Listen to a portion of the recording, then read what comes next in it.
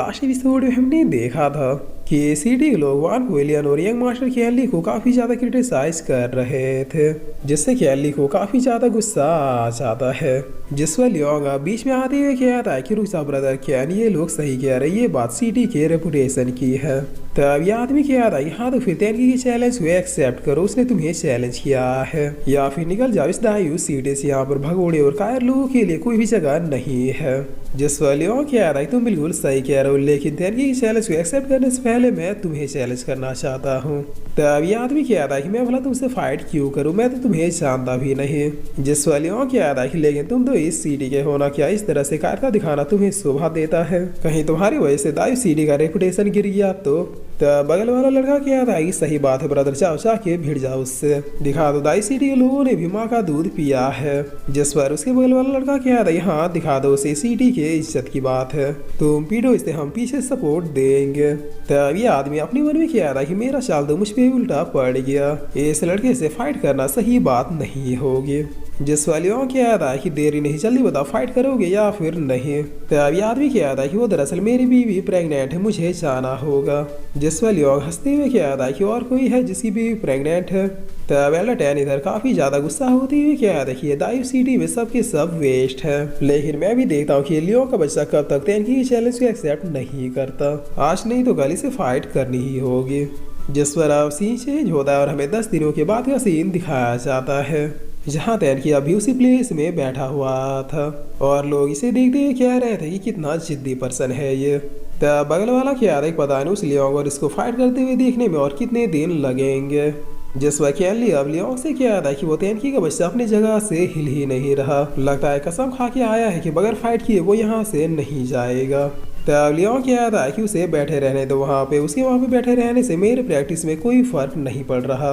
But brother can, क्या आपको 10वां technique का वो दूसरा वाला फ्रैगमेंट मिला? जिस वक्त कैली कह रहा है कि नहीं, मैं दोबारा छान मार के आ गया, बट उस टेक्निक का दूसरा वॉल्यूम हमारे वान पवेलियन में नहीं मिला, लगता है उस टेक्निक को कहीं से खरीदनी पड़ेगी। तब लियोंग कहता है कि ठीक है पता लगाइए, तब तक मैं भी इस तेनकी को अवॉइड करता हूँ। और फिर लियोंग अपने मन में कहता है कि अगर उस टेक्निक का दूसरा हिस्सा मिल गया तो फिर मेरी पावर काफी ज्यादा इम्प्रूव हो जाएगी, फिर उस तेनकी से फाइट करना कोई बड़ी बात नहीं होगी।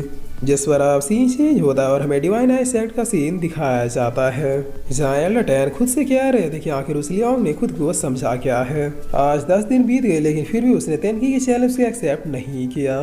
तभी यहाँ एक डिसेबल दौड़ के आती हुई कहता है कि एल्डर एक अंदर की बात पता चली है, दरअसल वान पवेलियन वाले बड़े जोरों शोरों से 10वां टेक्निक के सेकंड वॉल्यूम को ढूंढ रहे हैं, वो लोग उस टेक्निक के बदले मुंह मांगा कीमत देने के लिए रेडी है। तब एल्डरटेन कहता है कि 10वां टेक्निक लेकिन वान पवेलियन में उस टेक्निक को कोई भी कल्टीवेट नहीं करता, कहीं उस टेक्निक को उस लियोंग के लिए तो नहीं ढूंढा जा रहा।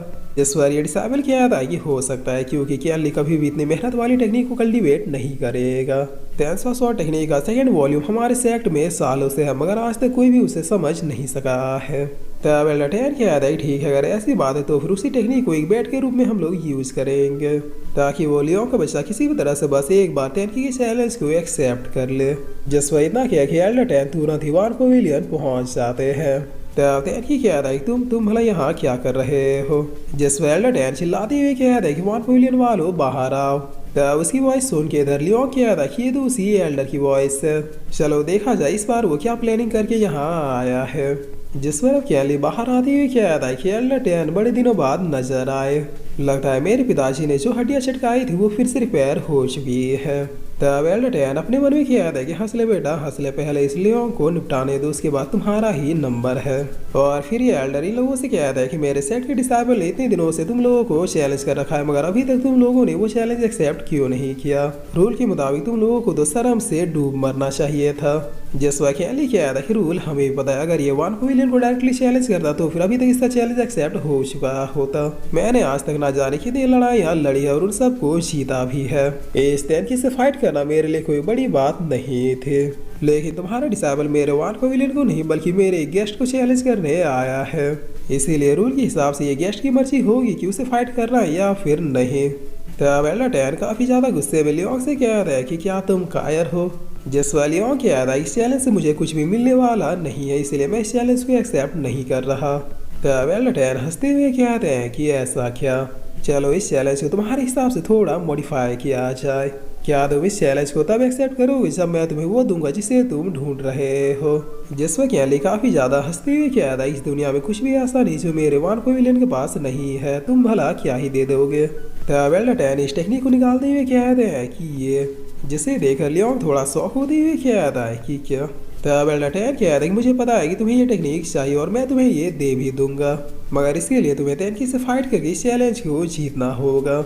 जिस वक्त कैली अब लियोंग से कह था कि ये जरूर इसकी कोई नई चाल है, तुम्हें इसमें नहीं फंसना चाहिए। तब लियोंग अपने मन में कह था कि अब समझा कि इस टेक्निक का सेकंड वॉल्यूम वन पवेलियन में क्यों नहीं मिल रहा था, क्योंकि ये टेक्निक डिवाइन आइस सेक्ट वालों के पास थे। और फिर लियोंग कैली से कह था कि ये टेक्निक मेरे लिए काफी ज्यादा इंपॉर्टेंट है, चिंता मत करो, मैं ये फाइट जीत लूंगा, मेरे पास मेरा बैकअप प्लान है। जिस पर लियोंग अब एल्डरटैन से कह था कि ठीक है, मैं इसके चैलेंज को एक्सेप्ट कर लूंगा, लेकिन पहले वेरीफाई करने के लिए कि ये टेक्निक असली है या फिर नहीं, फाइट से पहले तुम्हें ये टेक्निक मुझे दिखानी होगी। तब एल्डरटैन कहता है कि हाँ हाँ बिल्कुल, चलो अब अगर किसी देरी के ऑफिशियल रूप से इस फाइट को शुरू किया जाए ताकि बिल्कुल फेयर तरीके से ये चैलेंज हो सके। जिस पर आप थोड़ी देर में ये लोग एरिना में पहुंच जाते हैं, जहाँ सिटी के लोग काफी ज्यादा खुश होते हुए कहता है कि फाइनली उस लियोंग ने वो चैलेंज एक्सेप्ट कर लिया। अब हमें यहाँ एक काफी ताबड़तोड़ मैच देखने को मिलेगा। तब बगल वाला कहता था कि हाँ हाँ बिल्कुल सही कहा, जरा हम भी तो देखे कि ये पागल तैन की किस तरह से फाइट करता है। जिस पर अब ये रेफरी कहता है कि आप दोनों टीमों ने खुद से एक्सेप्ट किया कि आप लोग इस चैलेंज के लिए रेडी हैं। रूल सिंपल है, जिस भी कल्टिवेटर को हार मानना होगा वो मान सकता है और मैच वहीं पे स्टॉप हो जाएगा। दूसरा कल्टिवेटर उसके ऊपर कोई भी अटैक नहीं करेगा। क्या आप लोग समझ गए? तब तेनकी कहता है कि यस सर, मैं समझ गया। जिस वालियों के याद आया कि रुक जाइए, अभी एल्डरटैन ने मुझे वो टेक्निक दिखाई नहीं है, इसलिए इस मैच को शुरू नहीं किया जाएगा। ऐसा भी तो हो सकता है कि सिर्फ चैलेंज को एक्सेप्ट करवाने के लिए हमसे झूठ बोल रहे हो। तब ये रेफरी कहता है कि कॉन्ट्रैक्ट के अनुसार आपको वो टेक्निक उसे दिखानी होगी। जिस एल्डरटैन पूछते हैं कितना समय चाहिए तुम्हें इस टेक्निक को देखने और वेरीफाई करने के लिए। तब लियोन कहता है कि बस 5 मिनट।